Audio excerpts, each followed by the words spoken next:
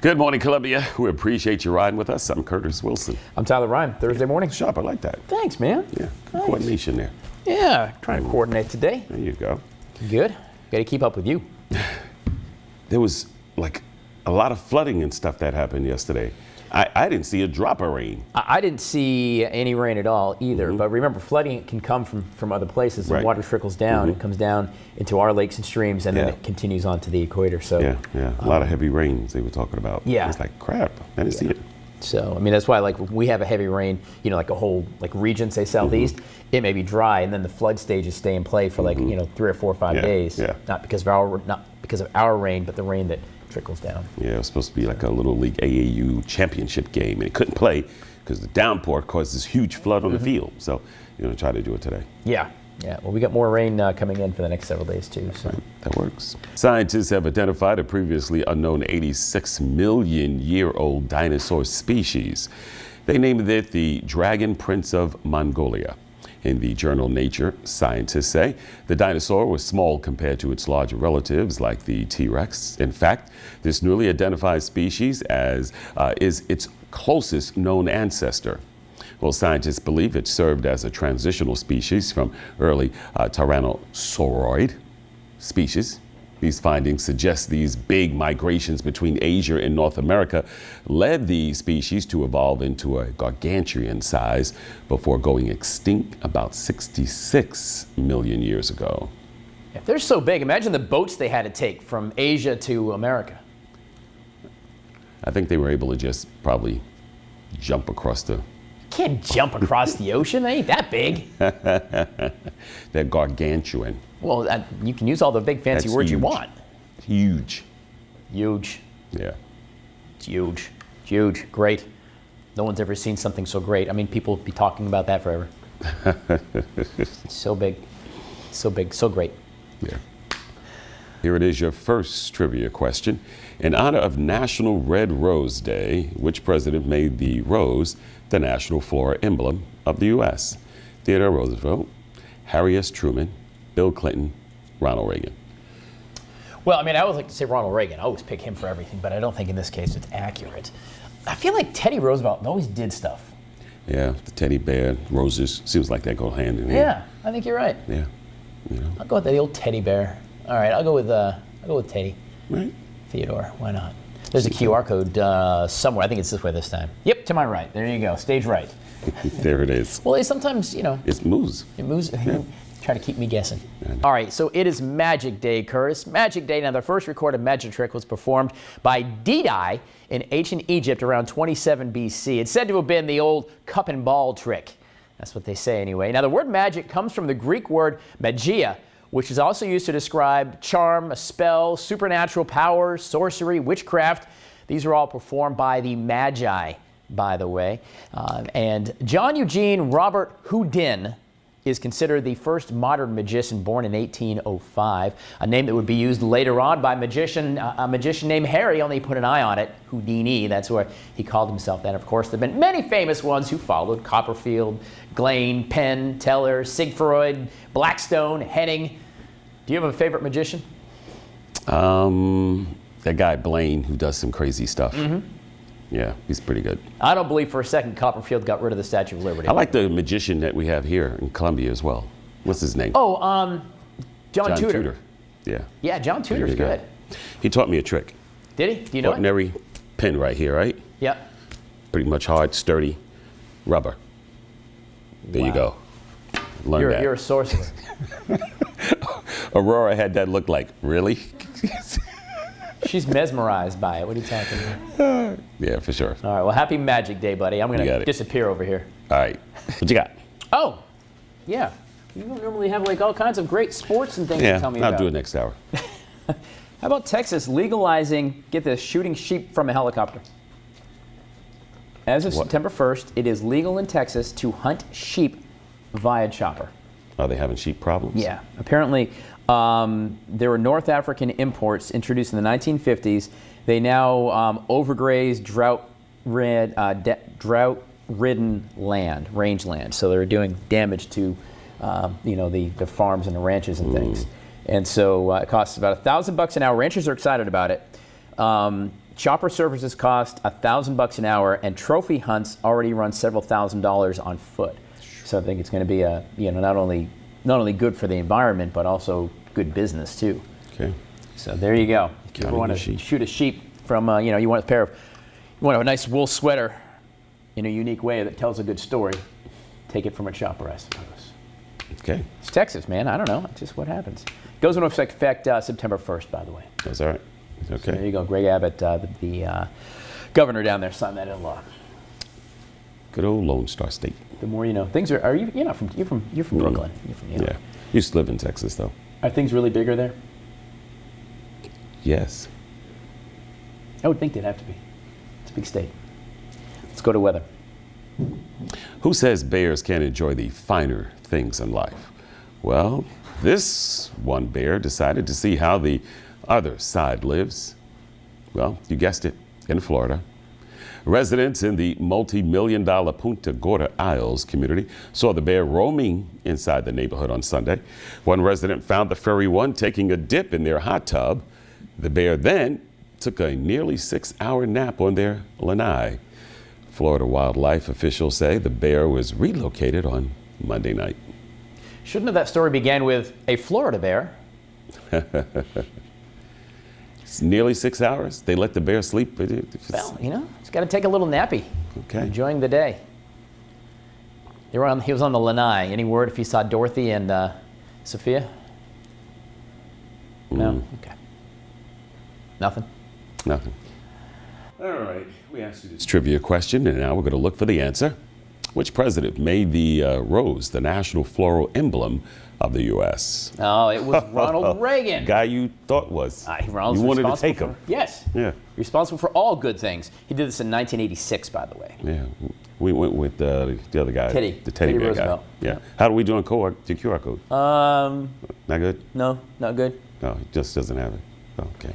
All right. CBS News is out with the most expensive and the cheapest places to raise a kid. All right. They looked at several of the large cities in 48 states, and let me guess number one for you, but go ahead. Go ahead. You want? What do you think the number one most expensive state is? California. Nope. Get out. Nope. Are you serious? Boston, Massachusetts. So Massachusetts. How's Newton, Boston? Mass. Boston is $39,221 for 1 year to raise a kid. Really? What's okay, keep going with the rest. Okay, San Francisco, San Jose, Seattle, and Hartford. Least expensive: Birmingham, Memphis, Nashville, Atlanta, and San Antonio. How about that? San Antonio's at $20,000. $19,082 in Birmingham, Alabama. Really? Boy, that's an expensive endeavor. Whoops.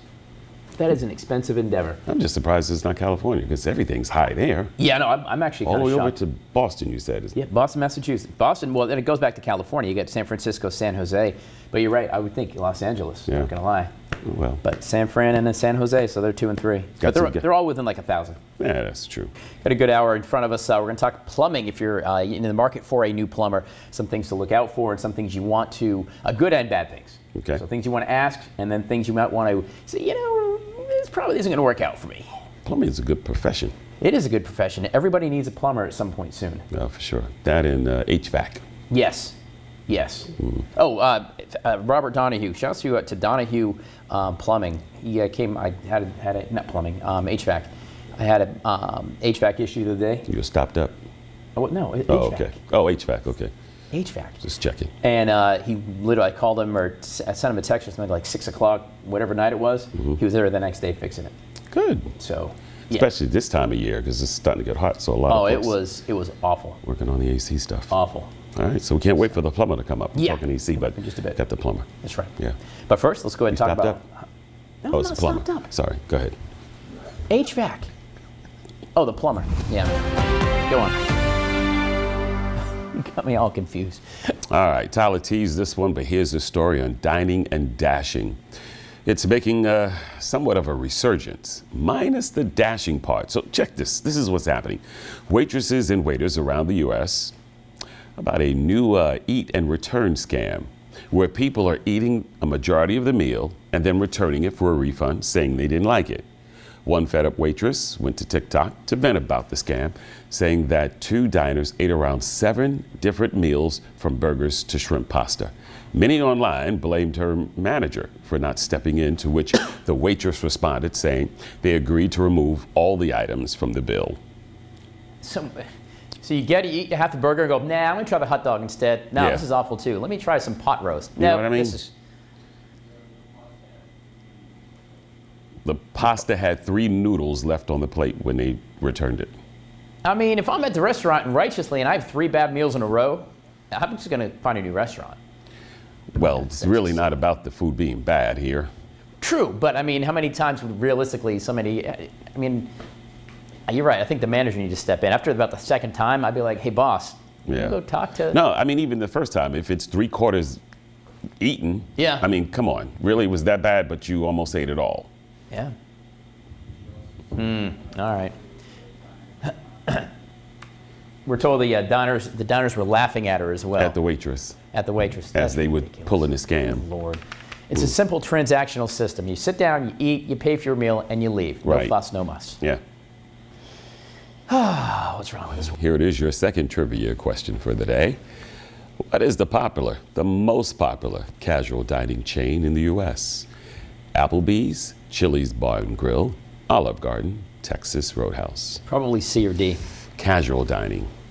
You think Olive Garden or Texas Roadhouse? I think it's one of those. I'm going to say Olive Garden. Chili's and Applebee's. It's tough. You say Olive Garden? Yeah. Why would you say Olive Garden? Because it's C. You got the endless breadsticks and salad. That's pretty popular. What does Applebee's have? Does Texas Roadhouse still have the peanuts? I think so. It's been a hot minute since we have to get downtown Jackie Brown on it, find out. You know, I'm going to go with hers. Texas Roadhouse for Jackie Downtown Brown. Okay, done. I'll stick with Olive Garden. Yep. Well, you're like family. You are like family. QR code right here. Go ahead and click on that. See what happens. What's the slogan for Applebee's? Eating good in the neighborhood. What about Chili's? Baby back ribs. Baby back, baby back, baby back. Yeah. There you go, baby back ribs. Yeah, there you go. Wow, marketing really works. It does. Good gracious. All right. Now we're hungry. Right. Exactly. All right, so Eminem, remember he did that movie? 2002. Green Mile or Long Mile? 8 Mile. 8 Mile. And he wanted Mariah to play his mom.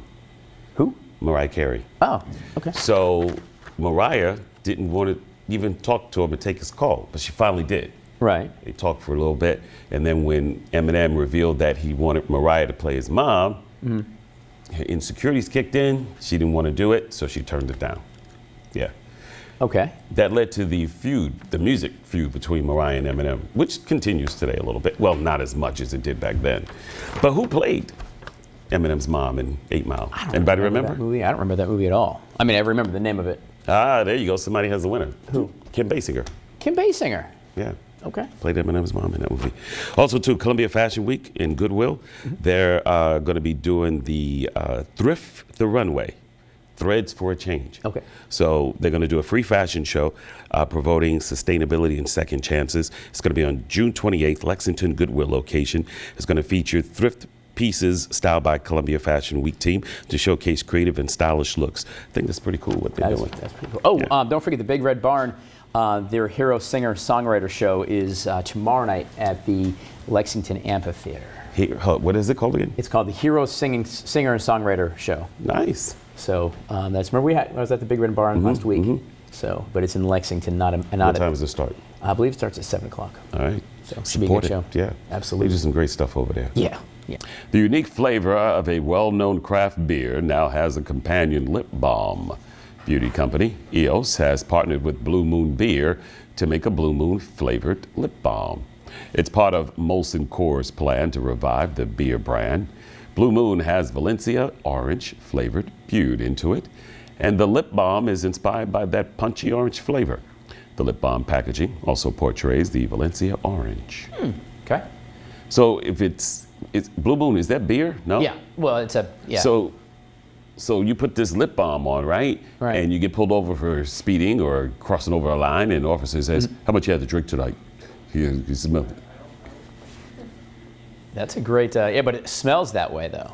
He says, well, Austin is saying he doesn't think it has beer in it.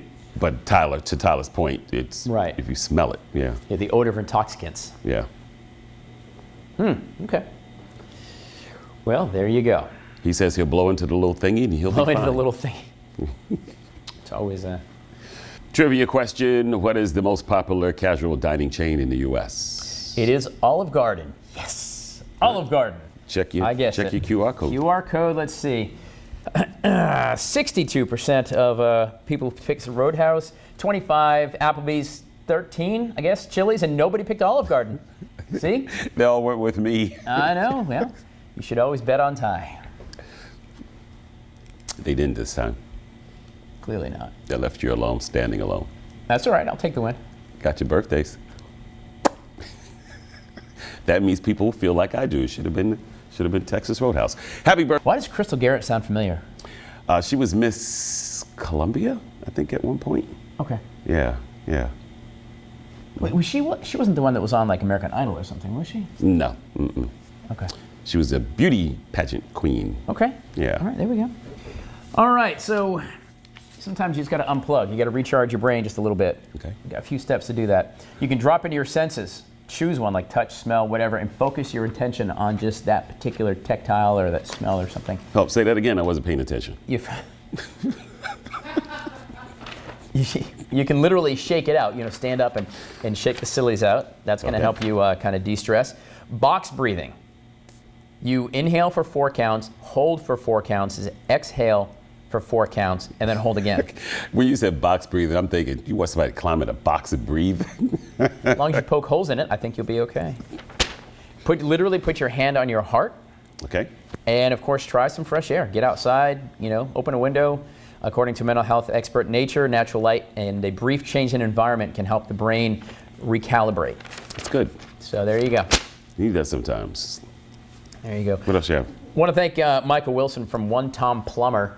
And I figured out, because I couldn't figure it out, One Tom Plumber, but he said that's the phone number. One Tom, T-O-M. Yeah. One Tom Plumber. And there's a phone number for him. But fancy. Some good tips. Yeah. And I like the pink shirts too. Not being gouged by plumbers and stuff. Those were some good tips right there. Absolutely. Professional looking, not as much, butt crack hanging out. Join him at the noon. We'll have the weather, all important. Got a lot of rain coming. That's right. And of course, you guys have a great day. 5, 6, and 11 too, by